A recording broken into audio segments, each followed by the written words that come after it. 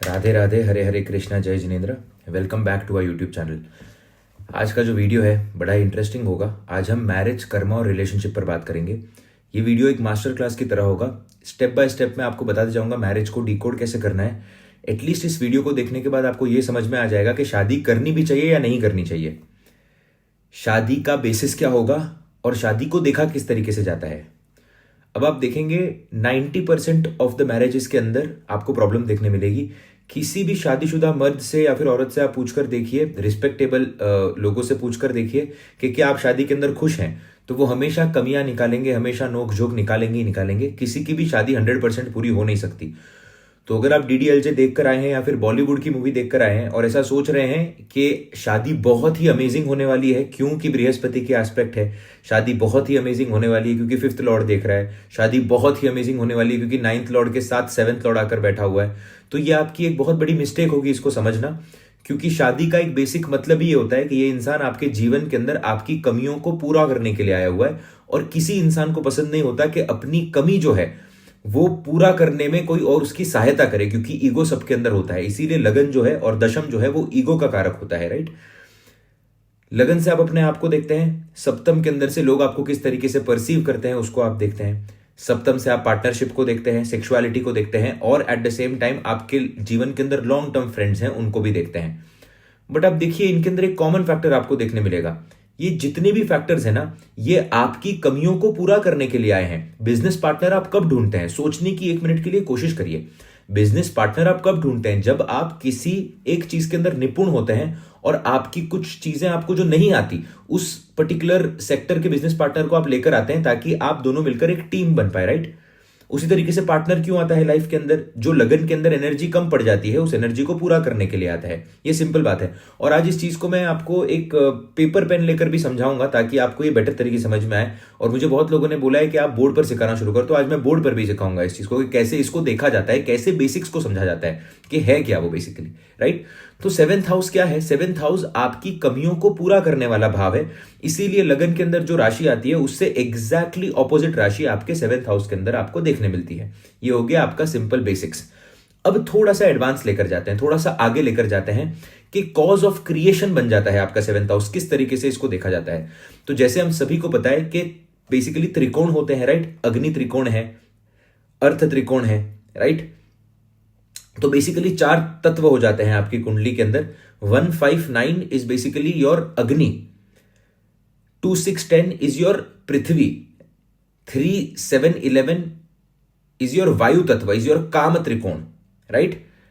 And 4 8 and 12 is your water element, यानी कि आपका मोक्ष त्रिकोण। तो पहला हो गया आपका अग्नि त्रिकोण जिसको धर्म भी बोला जाता है। उसके बाद में सेकंड हो गया आपका पृथ्वी तत्व, राइट, जिसको अर्थ त्रिकोण भी बोला जाता है। तीसरा हो गया आपका काम त्रिकोण 3711 जो वायु तत्व के अंतर्गत आता है आपका। और चौथा हो गया मोक्ष त्रिकोण 4 8 और 12 जो आपका पानी के तत्व यानी कि वाटर एलिमेंट के अंतर्गत आता है। Now you have to understand कि अग्नि से हमारा उत्पन्न होते हैं हम अग्नि से, और अग्नि जो है वो पीड़ादायक होती है हमेशा। या तो उसके ऊपर आप खाना बना सकते हो या तो उससे आप किसी का घर भी जला सकते हो। बट अग्नि का जो मूल स्वभाव है ना, वो गर्मी देना है, वो पीड़ा देना है कहीं ना कहीं।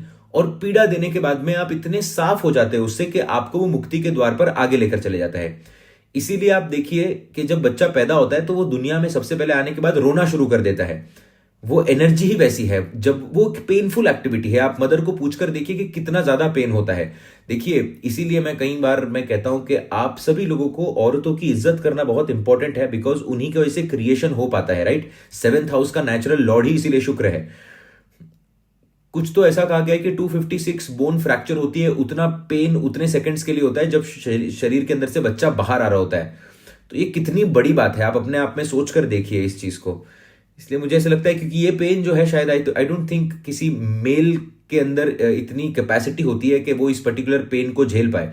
इसीलिए आप स्टोरीज के अंदर भी अगर देखेंगे तो शुक्राचार्य की बात की गई है कि शुक्राचार्य कितनी सारी परेशानियों के थ्रू और परीक्षाओं के थ्रू गुजरे, बट उसके बाद में भी आप देखिए कि उनका एक दर्जा दिया गया है। वो ना सूर्य से डरे ना किसी और चीज से डरे, तो उन्होंने अपना अलग किंगडम बनाया, अलग चीजें की। और इसीलिए जब भी शुक्र की कोई प्रॉब्लम होती है तो आप देखेंगे कि शिव भक्त जो होते हैं उन्हीं का आशीर्वाद आपको काम आता है। शिव की योनि से जो भी लोग आते हैं, शिव की लेन से जो भी लोग आते हैं ना, वही लोग आपकी मदद कर पाते हैं कई बार, क्योंकि इसके अंदर भी अलग अलग चीजें हैं, शुक्रवंशी, चंद्रवंशी, सूर्यवंशी।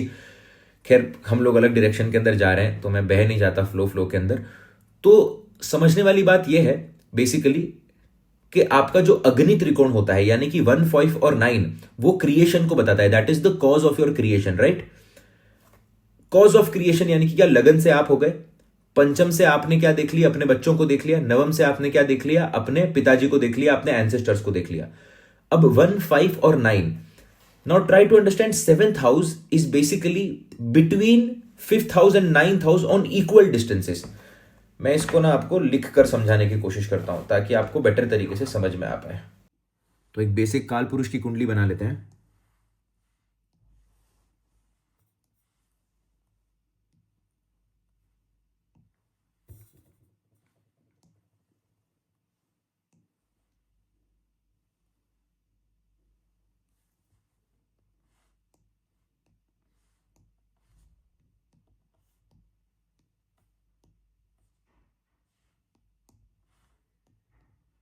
ओके, तो जैसा कि हम लोगों ने सीखा पहले के सेक्शन के अंदर कि ये जो है बेसिकली दिस इज अग्नि त्रिकोण, फायर।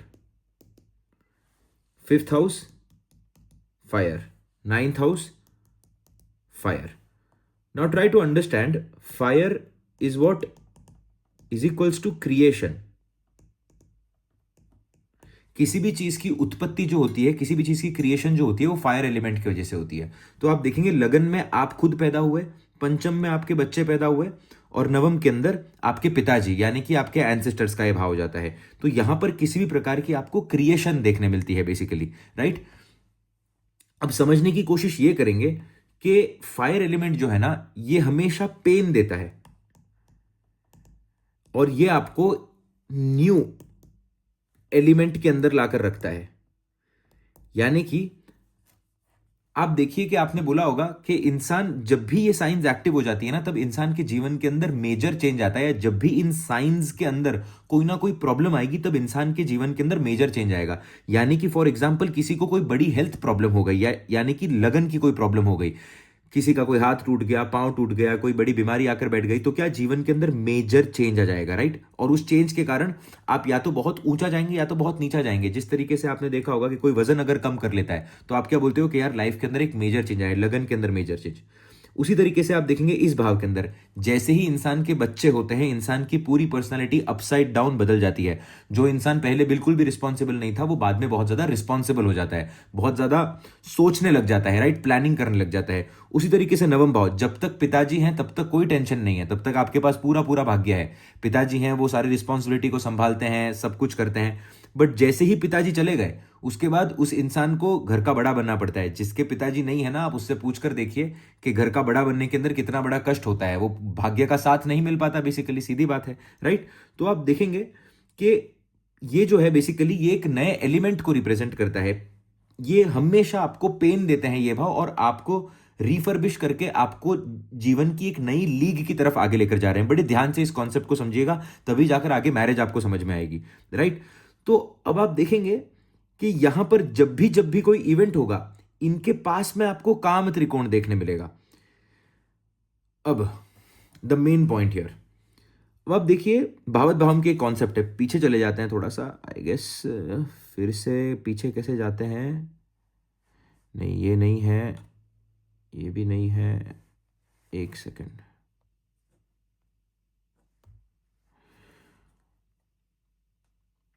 ओके नो प्रॉब्लम, फिर से बनानी पड़ेगी कुंडली, एक सेकंड।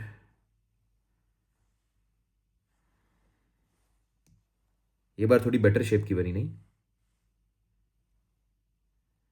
नंबर लिख देते हैं फटाफट।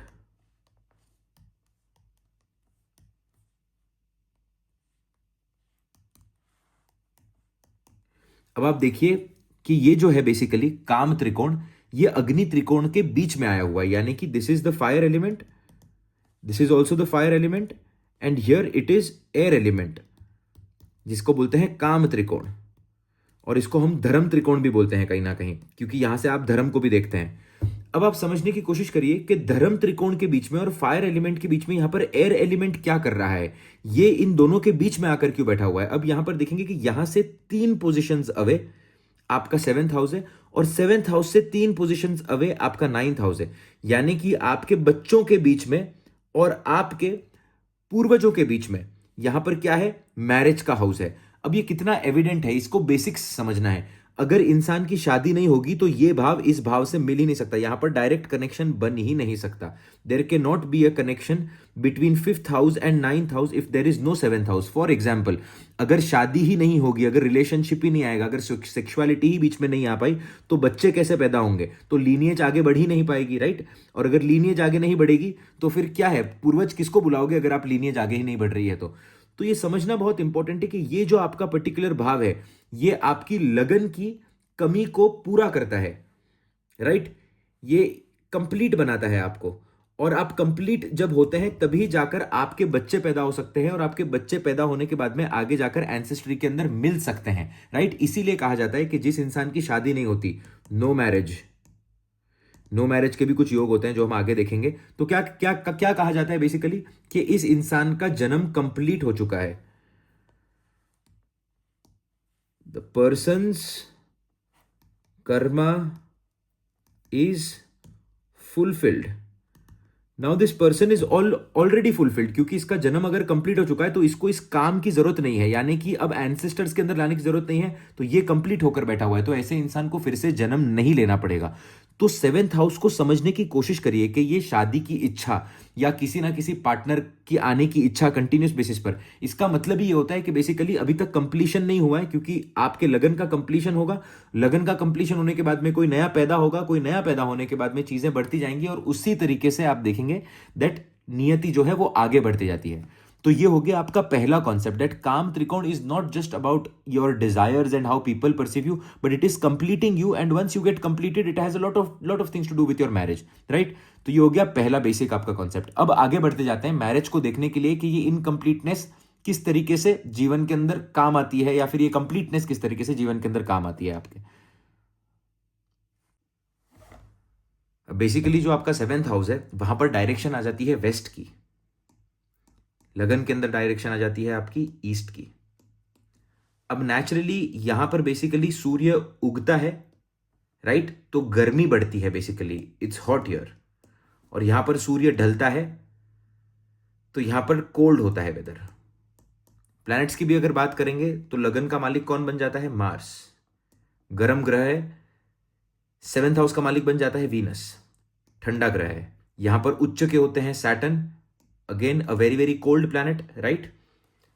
लगन के अंदर उच्च के हो जाते हैं सूर्य, again a very very hot planet. Now you have to understand कि आपकी शादी का जो एनवायरमेंट होगा ना, वो इन ग्रहों से रिलेटेड है, और आपकी पर्सनालिटी जो है उसको अगर आपको डेवलप करना है तो उसके लिए आपको इन ग्रहों की जरूरत पड़ेगी। धीरे धीरे करके स्लोली स्लोली समझने की कोशिश करेंगे कि ये कैसे काम करता है। प्रॉब्लम कब आती है मैरिज के अंदर, जब ये वाले ग्रह जो आपकी पर्सनल डेवलपमेंट के ग्रह होते हैं, जो यहां पर आकर जब भी बैठ जाएंगे तब प्रॉब्लम देंगे। यानी कि लगन का मालिक मंगल, मार्स अगर 7th हाउस के अंदर आकर बैठ गया, राइट, तो प्रॉब्लम देगा। सन अगर 7th हाउस के अंदर आकर बैठ गया तो प्रॉब्लम देगा। उसी तरीके से जो ग्रह यहां पर ठंडे प्लैनेट हैं, जब भी वो भी लगन के अंदर आ जाएंगे तो भी वो प्रॉब्लम देंगे। यानी कि वीनस अगर लगन के अंदर आकर बैठ गया तो प्रॉब्लम देगा, सैटर्न अगर लगन के अंदर आकर बैठ गया तो प्रॉब्लम देगा। Now you have to understand this particular thing कि जब भी उगने वाले ग्रह यहां पर आकर बैठे तो कोई ना कोई प्रॉब्लम, कोई ना कोई डिस्प्यूट आपको जीवन के अंदर या अपनी शादी के अंदर देखने मिलेगी ही मिलेगी। इसके लिए आपको तैयार रहना चाहिए। दूसरी एक और मैं आपको बहुत ही इंटरेस्टिंग फैक्ट बताता हूं कि यहां पर नंबर 7 है और यहां पर नंबर 9 है। यहां से अगर आप 11 पोजिशंस काउंट करोगे, यानी कि 1 2 3 4 5 6 7 8 9 10 11, तो आपका 7th हाउस आता है। 11th पोजीशन बेसिकली क्या बताती है कि आपने अपने पिताजी से, यानी कि आपने अपने पूर्वजों से क्या गेन किया, आपको क्या चीज मिली, राइट।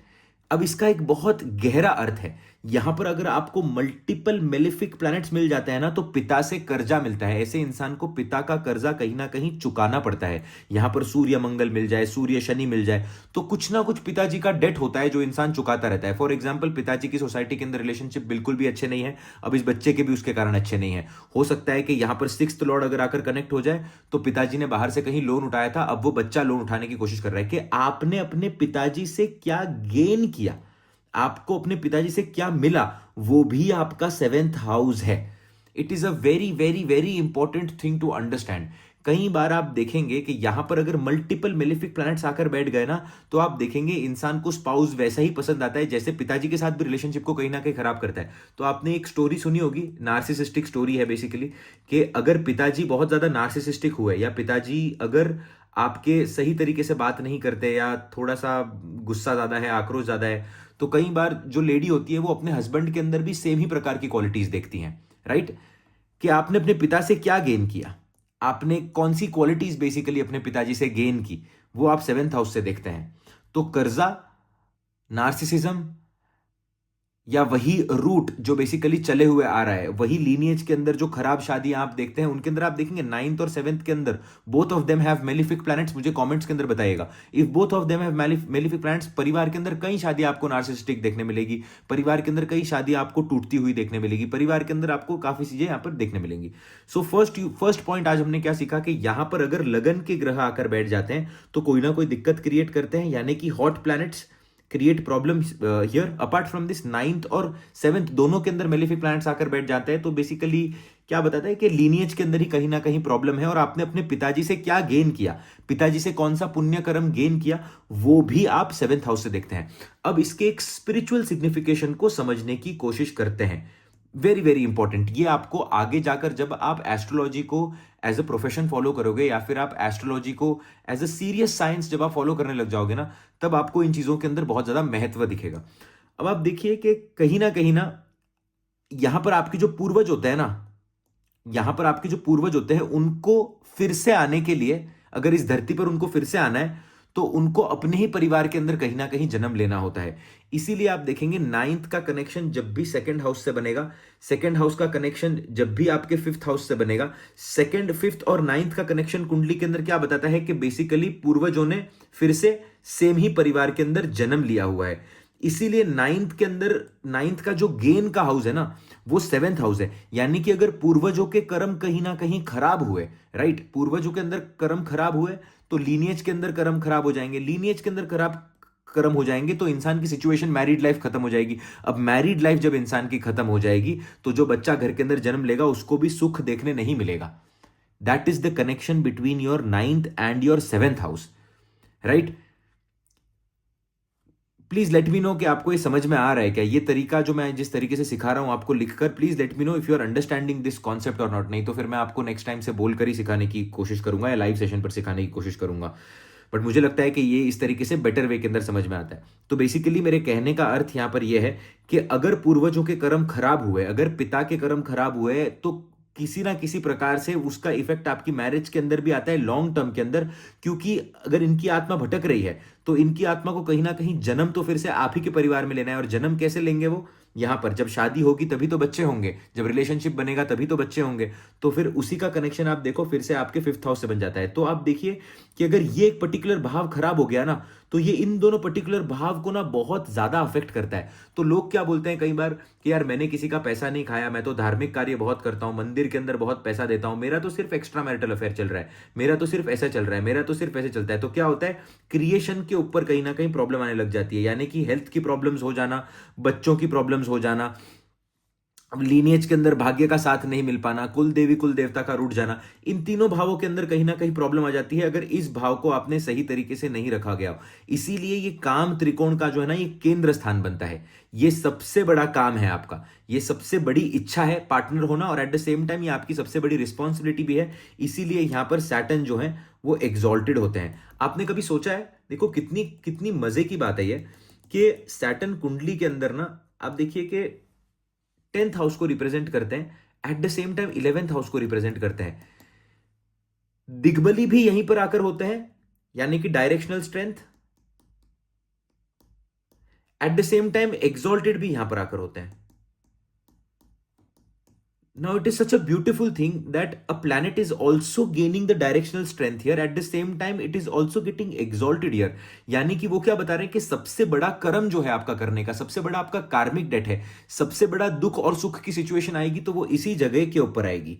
वो इसी जगह के ऊपर आएगी और कहीं पर भी वो नहीं आ सकती. वो कर्म के अंदर भी नहीं आ रही है, वो आपके गेन्स के अंदर भी नहीं आ रही है, वो आपके फ्रेंडशिप के सर्कल के अंदर भी आती है. सबसे बड़ा कार्मिक डेट जो है वही आपका मैरिज बनकर आता है.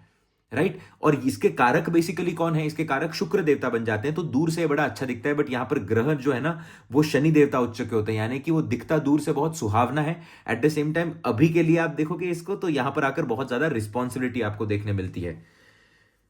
So this is the basic concept of marriage of ninth house, how it is connected to your seventh house and how these three houses are connected in itself. Right.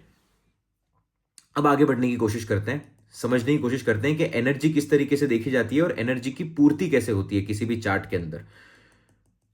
अब ना इस पर मुझे एक बड़ा वीडियो बनाना पड़ेगा, या इस पर एक I have to take this live session on YouTube, क्योंकि वीडियो बहुत ज्यादा बड़ा हो जाएगा नहीं तो देखो कि हर एक कुंडली के अंदर आपका जैसे ही आपको अपना लगन पता चल जाता है ना, तो पता चल जाता है कि कौन से एनर्जी की डेफिसिट है आपके जीवन के अंदर और कौन सी एनर्जी आप गेन करने की कोशिश कर रहे हो. ये एक सिंपल सी बात है. जैसे कि एक एग्जाम्पल लेने की कोशिश करते हैं इस चीज की, कि फॉर एग्जाम्पल कोई इंसान वर्गो लगन का बन जाता है तो यहां पर ऑटोमेटिकली पाइसिस की राशि आ जाती है. Right. Now this person as and when you will grow, जितने भी वर्गो लगन वाले हैं देखिए इस बात को नोटिस करने की कोशिश करिएगा that you will always see कि इनिशियल स्टेजेस ऑफ लाइफ के अंदर ये लोग आपको देखने मिलेंगे टेक्निकल, कैलकुलेटिव,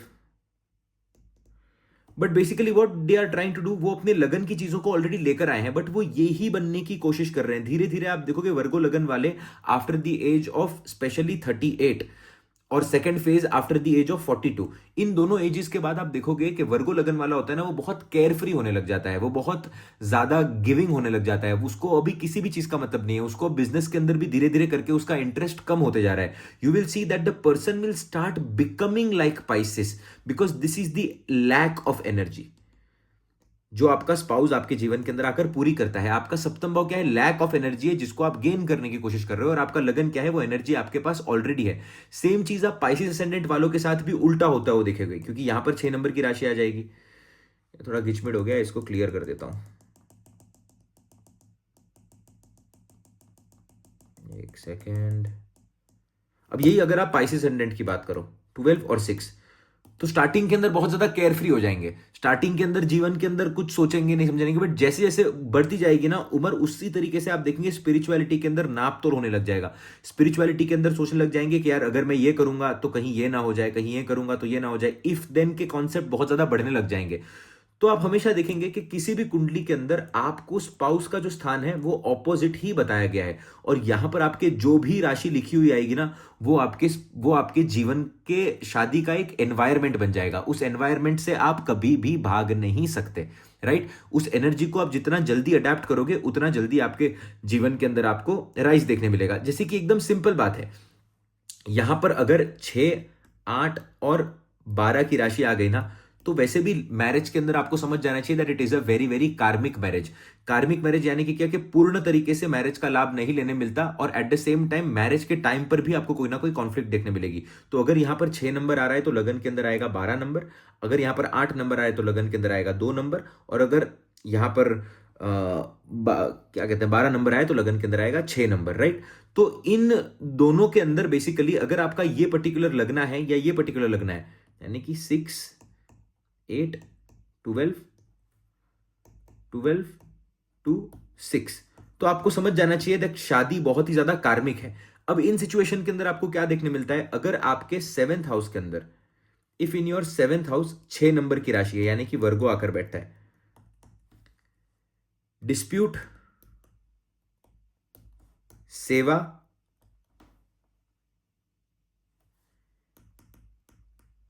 इन्वॉल्वमेंट ऑफ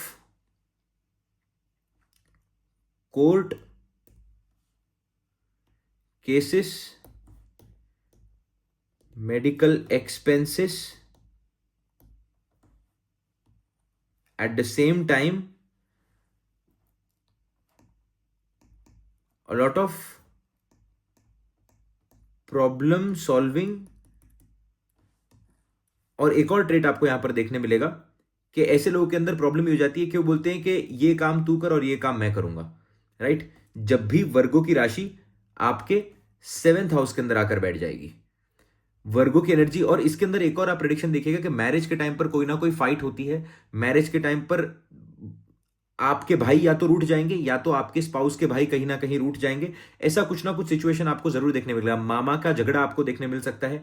इसीलिए क्या कहा जाता था हमारे हिंदू धर्म के अंदर ना, बहुत अच्छे तरीके से चीजों को बनाया गया है। हिंदू धर्म के अंदर कहा जाता है कि अगर बेसिकली आपके जो एनर्जी है